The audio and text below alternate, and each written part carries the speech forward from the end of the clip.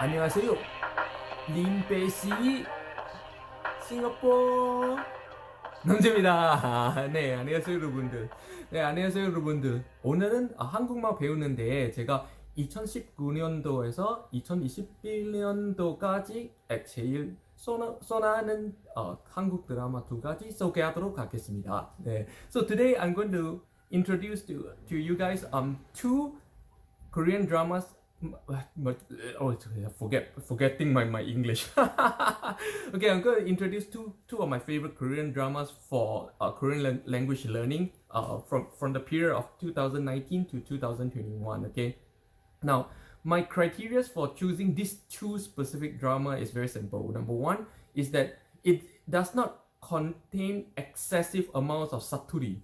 So some of these dramas lately, over past two years, some of the main characters speak some kind of saturi, which is dialect with which is non-standard accent and non-standard expressions.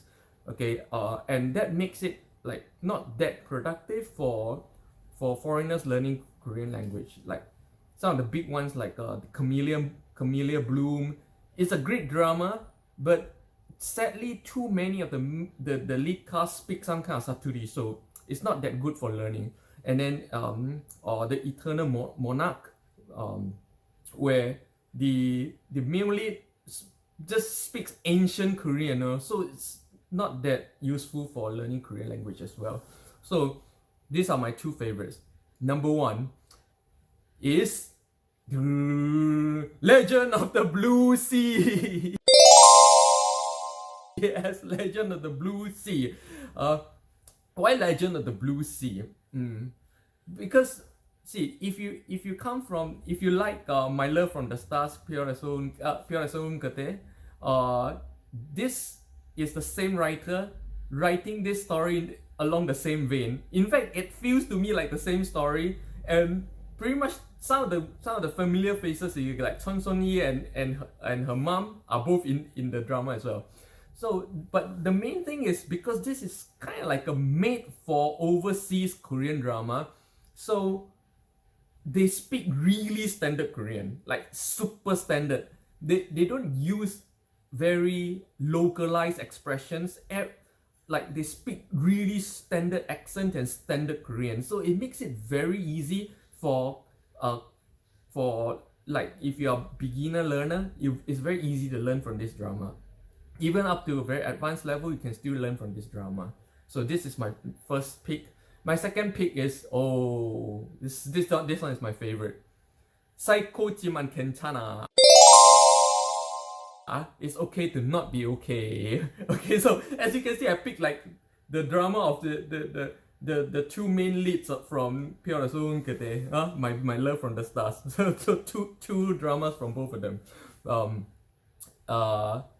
I like Psycho지만 괜찮아 is I would say is for more advanced level Korean language learners, because number one, they use a lot of localized expressions, but the good thing is it's all standard Korean accent. Okay, so you're not getting saturi accent, which is extremely hard to understand and very hard to assimilate when you're like learning Korean as a foreigner.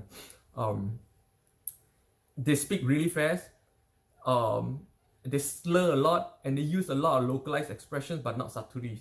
And so you actually learn very native Korean language from this drama.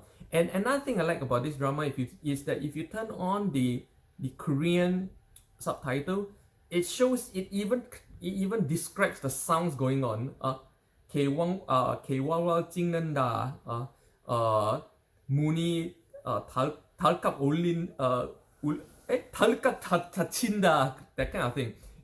They describe the sound, and that's very very useful when you're learning Korean language. And of course, it's a very very interesting drama. Like perhaps 15 out of the 16 episodes I actually cried, because they touched so deeply in the it's not a fantasy drama like My Love from the Stars and Legend of the Blue Sea, but it touched real life issues of real life people. It's very very deep, Really touched me every single episode. In fact, I watched it 3 times, and I recommend you watch it 3 times. Okay, this is how you do it. First time, you watch it with English subtitles.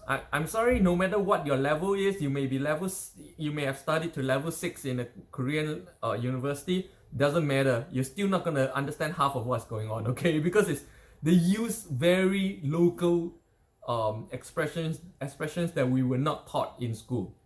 So turn on the English subtitle, watch it through once. You can understand like 75 to 80% of what's going on without the subtitle, definitely, if you're at an advanced level. But the thing is, by turning it on, you can understand those parts, those final 20% as well. So enjoy the whole drama once, and then in the second time, turn on the Korean subtitles. So when you turn on the Korean subtitles, now you can read those parts where it doesn't make sense to you, that boom, you didn't get it. So you can read, and then you can pause, and then you can check, and then you can do what I do, write it all down. This is how you learn, okay?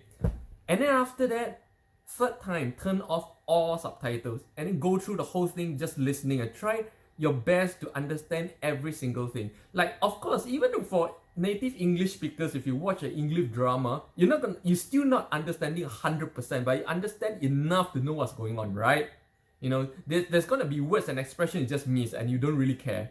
Now, but just for the sake of learning, you want to endeavor to that on this third time, because you already know the story, and you pretty much even know what they're gonna say, okay? So you can expect what to hear out for. So you can pretty much get a lot more value from the third time. Alright. So yeah, these are my top 2 picks for the Korean drama for 2019 to 2021. For the purpose of Korean language learning. Okay, this is just picks for the purpose of Korean language learning. I'm not judging whether it's interesting or not, you know, or it's touching or not. Not that kind of thing. Although those are good bonuses, okay? So what are your favorites? Share with me in the comments below. Annyeong.